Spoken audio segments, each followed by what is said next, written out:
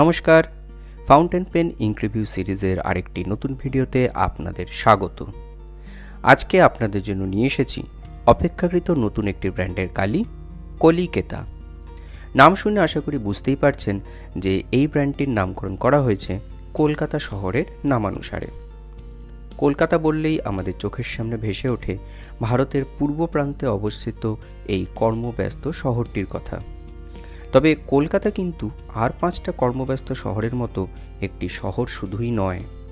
কলকাতা মানে ফেলে আসা দিনগুলোর মধুর স্মৃতিচারণ। কলকাতা মানে ঐতিহ্যের সাথে আধুনিকতার মেলবন্ধন।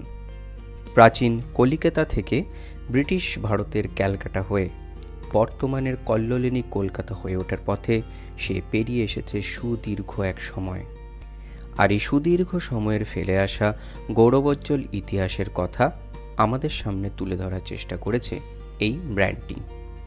সে তাদের বোতলের গঠনই হোক কিংবা ঢাকনা হিসেবে কর্কের ব্যবহার, কালিগুলির নামকরণই হোক কিংবা তাদের সুগন্ধ, পুরনোকে তুলে ধরার এই প্রচেষ্টা সাধুবাদযোগ্য।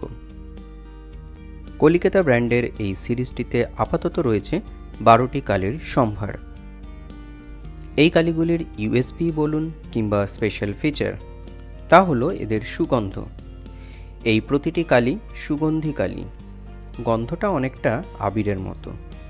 গন্ধটা বেশ ভালোই লাগে।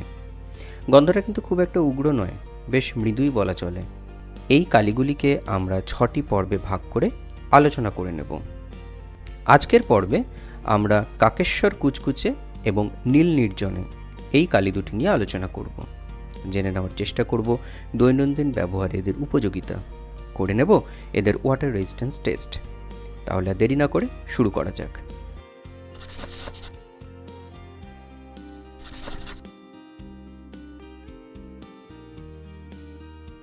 এগুলি ডাইবেস্ট কালি। 60 মিলিলিটার মাপের এই বোতলগুলি কাঁচের তৈরি। এগুলিকে দেখতে ভালো, বেশ একটা অ্যান্টিক লুক রয়েছে, তাই না? এগুলির গঠনও ভালো, সহজে উল্টে যাওয়ার সম্ভাবনাও নেই। বোতলগুলির মুখ একটু সরু হলেও বোতল থেকে সরাসরি কালি ভরতে খুব একটা অসুবিধা হচ্ছে না। ঢাকনা হিসেবে কর্কগুলি দেখতে ভালো, তবে এতে ফাঙ্গাস সংক্রমণের ভয় থেকেই যায়। তাই এদের বদলে প্লাস্টিকেরই ঢাকনাগুলি ব্যবহার করতেই আমি আপনাদের অনুরোধ করব। বোতলগুলির প্রতিটির দাম 100 টাকা মাত্র। কেনার লিঙ্ক ডেসক্রিপশন বক্সে দেওয়া রইল, দেখে নিতে পারেন। এই কালিগুলি দিয়ে ইতিমধ্যেই কিছু স্যাম্পল কার্ডস তৈরি করে নিয়েছি। তার জন্য ব্যবহার করেছি ফাউন্টেন পেন ফ্রেন্ডলি পেপারস, যেমন টোমোই রিভার 68 GSM, রোডিয়া 80 GSM এবং মিডোরি।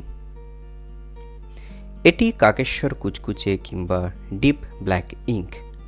কালিটির নামকরণ করা হয়েছে বিখ্যাত শিশু সাহিত্যিক শ্রী সুকুমার রায়ের কাকেশ্বর কুচকুচে চরিত্রটির নামে।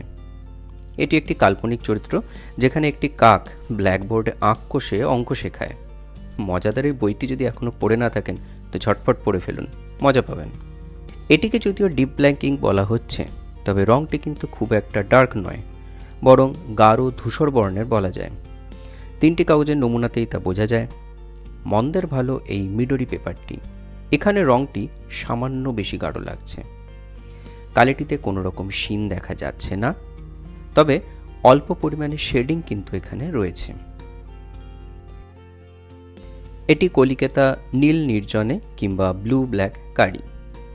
This is a nice bluish black ink, যেখানে নীল রঙের প্রাধান্য তুলনামূলকভাবে বেশি।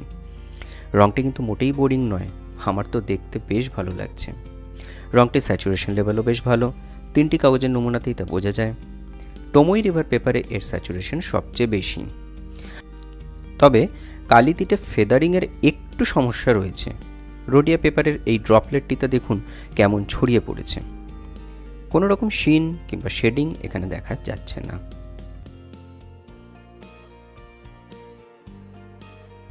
কালিগুলির রাইটিং স্যাম্পলসের জন্য আমরা বিভিন্ন রকমের কাগজ ব্যবহার করেছি। ক্লাসমেট ব্র্যান্ডের সাধারণ মানের একটি সাদা খাতা, জেকে কপিয়ার পেপার 75 GSM এবং fountain pen friendly Rhodia dot grid paper 80 GSM।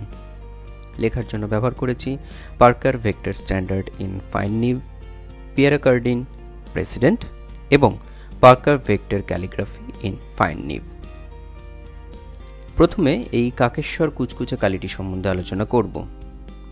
রোডিয়া পেপারের ক্ষেত্রে রঙটি বেশ হালকা লাগছে, ডিপ ব্ল্যাক মোটেও নয়, বরং ধূসর রঙের মতোই লাগছে। জেকে পেপারে তা একটু ডার্ক, বাকি দুটি কাগজের থেকে ডার্ক তো বটেই। রোডিয়া পেপারের ক্ষেত্রে অল্প একটু শেডিং দেখা যাচ্ছে, বিশেষত একটু মোটা নিবে। বাকি দুটি কাগজে অবশ্য তা খুব একটা প্রমিনেন্ট নয়। কোনো রকম শিন দেখা যাচ্ছে না। তিনটি কাগজের ক্ষেত্রেই ইঙ্ক ফ্লো খুব ভালো, লাইন স্কিপ করার কোনো সমস্যা নেই। রোডিয়া পেপারের ক্ষেত্রে কোনো রকম ফেদারিং দেখা যাচ্ছে না, ব্লিডিংয়েরও সমস্যা নেই।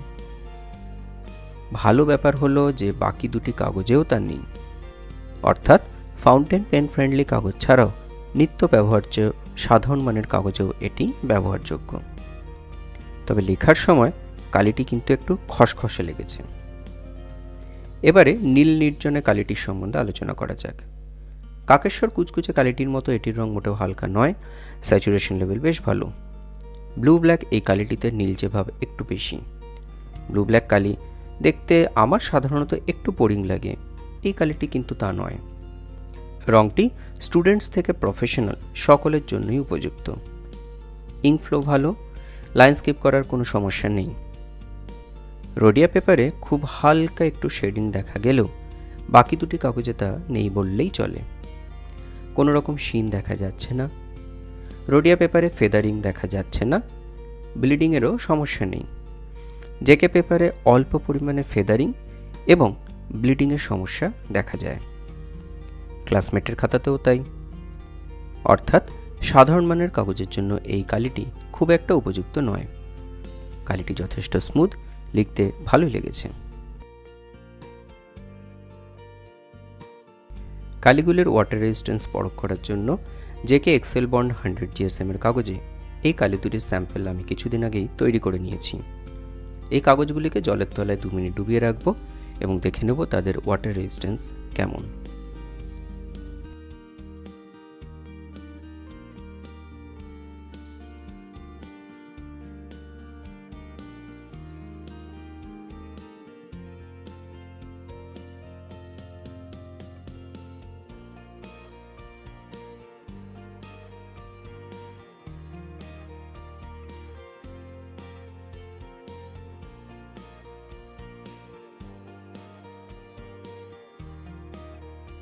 এখানে ওপরের কাগজগুলিকে জলে ডোবানো হয়নি, নিচের গুলিকে 2 মিনিট জলের তলে রেখে তারপরে শুকিয়ে নেওয়া হয়েছে। কাকেশ্বর কুচকুচে কালিটির ক্ষেত্রে অধিকাংশ কালি ধুয়ে গেছে, তবে কাগজে কি লেখা রয়েছে তা আবছা হলেও পড়া যাচ্ছে। নীল নির্জনে কালিটির ক্ষেত্রেও তাই, অধিকাংশ কালি ধুয়ে গেলেও লেখাটা অন্তত পড়া যাচ্ছে। কালি দুটির ওয়াটার রেজিস্ট্যান্স যদিও ভালো নয়, তবে লেখাগুলি আবছা হলেও পড়া যাচ্ছে, অন্তত পঠনযোগ্য রয়েছে, রোজকার ব্যবহারের জন্য যা ঠিকঠাক। সব মিলিয়ে এই কালিগুলির দামের তুলনায় এদের পারফরমেন্স মোটামুটি ঠিকঠাকই বলা যায়। কালি দুটির সম্বন্ধে এই মূল্যায়ন পর্বটি আজ এখানেই শেষ করছি। দেখা হচ্ছে পরবর্তী পর্বে অন্য দুটি কালির সাথে। ভালো থাকুন, সুস্থ থাকুন, মনের আনন্দে লিখতে থাকুন। ধন্যবাদ।